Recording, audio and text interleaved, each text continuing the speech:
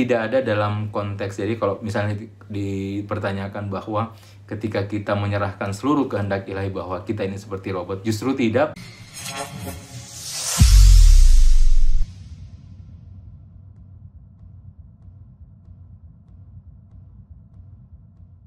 Assalamualaikum warahmatullahi wabarakatuh. Hari ini saya akan menjawab salah satu pertanyaan dari saudara kita Haikal Baslum. Kami mendapatkan pertanyaan di kolom komentar YouTube Room Institute. Jadi saya akan bacakan pertanyaannya. Kata Mas Haikal, masih terasa membingungkan buat saya membedakan perbuatan Tuhan dan perbuatan kita. Apakah setelah memahami ketiadaan diri itu berarti kita sama saja dengan robot? Jika iya, lantas kita apa gunanya? Jadi kira-kira pertanyaan ini muncul atas suatu pertentangan antara af'alullah dengan af'al kita, atau perbuatan Allah dengan perbuatan kita. Kira-kira bagaimana mengkorelasikan antara perbuatan Tuhan dan perbuatan kita? Karena kita akan menemukan banyak ayat Al-Quran dan juga dalam hadis, misalnya bahwa sesungguhnya Allah kuasa atas segala sesuatu. Innallaha bikulli syai'in qadir. Sesungguhnya Allah Subhanahu wa Ta'ala berkuasa atas segala sesuatu. Nah, dan ini ketika dia dihubungkan dengan suatu perbuatan Tuhan, kira-kira bagaimana memaknai perbuatan kita? Nah, pada video sebelumnya, kalau teman-teman melihat, ada satu video yang menafsirkan bagaimana kita menafsirkan la haula wala quwata illa billah. Tidak ada daya dan upaya atau kekuatan kecuali semuanya adalah berasal dari Allah Subhanahu wa Ta'ala. Nah, ini merupakan sumber dari af'alullah, dan itu bagian dari keyakinan atas tauhid kita. Jadi siapapun yang meyakini tentang tauhid Tuhan sebagaimana yang ditekankan di dalam Islam, selalu ditekankan bahwa tentang penekanan ini dalam tauhid kita, bahwa segala sesuatunya berasal dari Allah Subhanahu wa Ta'ala dan segala sesuatunya akan kembali kepada perbuatan Tuhan.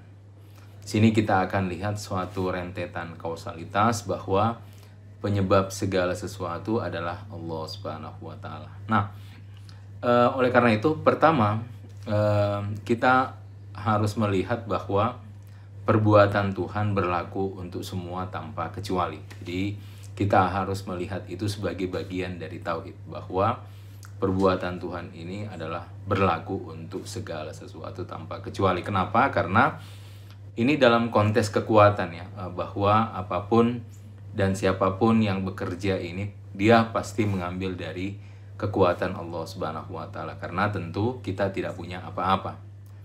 Dalam Al-Quran dijelaskan bahwa segala sesuatunya ini fakir, dan manusia pun adalah istilahnya wujud fakir. Kita tidak memiliki apapun, semuanya adalah fakir di hadapan Allah Subhanahu wa Ta'ala, bahwa kita tidak punya wujud dan semuanya wujud kita adalah pemberian dari Allah Subhanahu wa Ta'ala. Dan kalau wujud saja diberikan oleh Allah Subhanahu wa Ta'ala, maka kekuatan pun adalah semuanya berasal dari Allah Subhanahu wa Ta'ala. Ini bagian dari tauhid. Makanya pertama penekanannya adalah bahwa perbuatan Tuhan berlaku untuk semua tanpa kecuali. Nah, cuma yang kedua adalah kita kembalikan kepada kehendak manusia.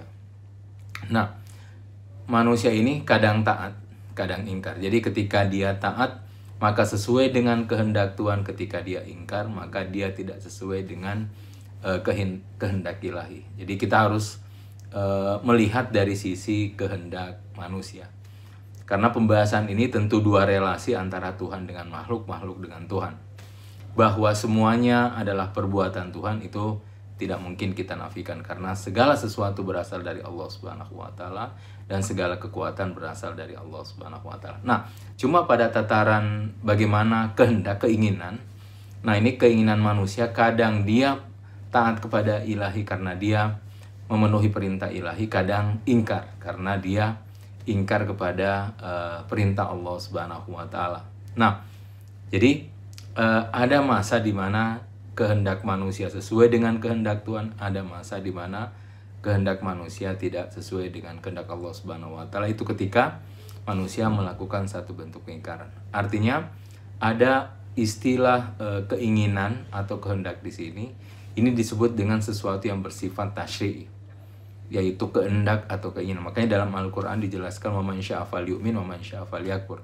Yang mau beriman silahkan, yang mau kafir silahkan, karena itu sesuai dengan kehendak. Tetapi dia melakukan beriman atau ingkar, itu dua-duanya adalah berasal dari kekuatan Allah Subhanahu wa taala. Seperti itu. Jadi yang kedua, kita harus bedakan tentang konteks kehendak. Ini yang penting. Jadi pertama adalah konteks kekuatan, kedua adalah konteks kehendak. Nah, yang ketiga, yang karena pertanyaan bertanya apakah setelah memahami bahwa kita ini tiada, fana di hadapan Allah Subhanahu wa taala. Nah, kita harus memahami bahwa ketika Rumi berbicara konteks kefanaan dan ketiadaan ini bukan konteks lagi-lagi pikiran ya. Tapi ini benar-benar satu bentuk peniadaan diri. Peniadaan diri ini adalah suatu penyerahan totalitas kepada Allah Subhanahu wa taala yang tentu awal mulanya adalah diawali dengan kehendak. Makanya bagian ketiga ini saya menggarisbawahi bahwa kefanaan atau meniadakan diri juga bagian dari kehendak diri. Maksudnya, mula-mula saya berusaha bagaimana saya berkehendak menyerahkan seluruh keinginan kehendak saya kepada Tuhan. Hingga sampai pada puncaknya bahwa saya kemudian menyerahkan seluruh kehendak saya kepada ilahi. Pada saat itulah saya tidak punya keinginan kecuali keinginan ilahi. Tapi mula-mula manusia berusaha bagaimana menyerahkan semuanya kehendaknya kepada ilahi. Jadi kita harus melihat konteks ini bahwa ini konteks adalah kefanaan, bukan dalam konteks pikiran ya, atau imajinasi, atau kita berkhayal seperti itu bahwa kita tidak. Tapi ini adalah benar-benar menyerahkan seluruh eksistensi diri kepada Allah Subhanahu wa taala. Jadi kita harus melihat seperti itu. Makanya tidak ada dalam konteks, jadi kalau misalnya dipertanyakan bahwa ketika kita menyerahkan seluruh kehendak ilahi bahwa kita ini seperti robot, justru tidak, bahwa karena mula-mula saya berusaha bagaimana menyerahkan seluruh keinginan saya ini kepada ilahi.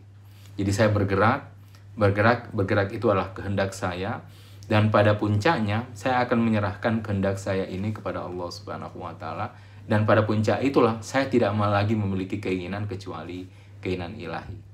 Yang ada bahwa seluruh yang berjalan kepada diri saya adalah keinginan ilahi, dan itu pun yang saya inginkan. Jadi ini bahkan tidak seperti robot ya. Makanya yang keempat, ini yang dijelaskan oleh Maulana Rumi dengan determinisme cinta oleh Maulana Rumi. Beliau menjelaskan bahwa kalau dilihat bahwa manusia ketika manusia fana, dia tidak lagi memiliki keinginan, itu adalah semuanya keinginan ilahi, itu adalah bisa disebut sebagai determinisme. Tapi ini kata Maulana Rumi determinisme cinta. Dalam kata lain, kenapa Maulana Rumi mendefinisikan sebagai determinisme cinta? Bahwa dia berusaha menyerahkan dirinya sepenuhnya kepada ilahi dengan seluruh aktivitas yang dia lakukan. Dia serahkan semuanya pada ilahi, sehingga seluruh kehendaknya adalah kehendak ilahi. Nah, ketika sampai puncaknya, inilah yang dijelaskan dalam ayat Al-Quran Allah Subhanahu wa taala kepada Rasulullah, wa ma ramaita iz ramaita walakin Allah rama. Bukan engkau yang melempar wahai Muhammad ketika engkau melempar, tetapi Allah yang melempar. Jadi ayat ini kalau kita lihat sejak awal Tuhan menafikan Rasulullah, wa ma ramaita, bukan engkau, iz ramaita ketika engkau. Jadi bukan engkau ketika engkau. Kenapa demikian? Karena Rasulullah menyerahkan seluruh keinginannya kepada Allah Subhanahu wa taala. Terima kasih banyak atas pertanyaan yang masuk kepada kami. Saya akhiri sampai di sini dulu. Terima kasih. Wabillahi taufiq wal hidayah. Wassalamualaikum warahmatullahi wabarakatuh.